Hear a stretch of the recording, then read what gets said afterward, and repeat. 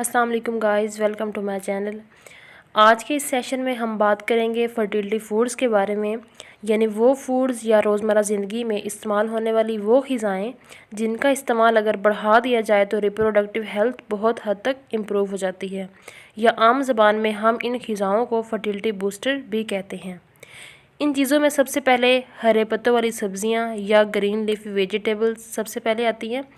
इन vegetables में पालक, broccoli, सलाद के पत्ते और केबेज शामिल हैं। इन सब ग्रीन लीफी वेजिटेबल्स में फोलिक एसिड, आयरन और एंटीऑक्सीडेंट पाए जाते हैं।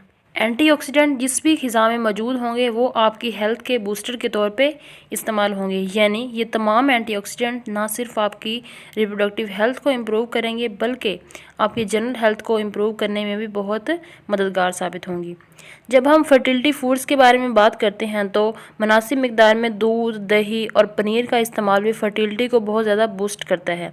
जहाँ पे फ्रूट्स की बात होती है तो इन फ्रूट्स में सिट्रस फ्रूट यानी बनाना, पाइनएप्पल और रेड बेरी, इसका इस्तेमाल फर्टिलिटी को इन्हांस करने में बहुत ज़्यादा मददगार साबित होता है।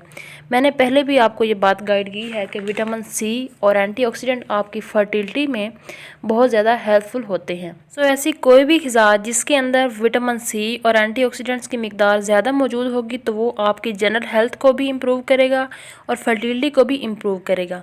इन सब ग़िज़ाओं के अलावा रेड बीन्स, दालें और लोबिया का इस्तेमाल फर्टिलिटी को इन्हांस करने में यानी फर्टिलिटी को बढ़ाने में बहुत ज़्यादा मददगार साबित होता है। इन सब फूड्स में जिनमें कैबेज और लोबिया शामिल है, जिस्म को नेचुरल एस्ट्रोजन प्रोवाइड करती हैं ये चीज़ें, और जब आपको नेचुरली एस्ट्रोजन प्रोवाइड किया जाएगा तो ये आपकी फर्टिलिटी को इन्हांस कर देगा।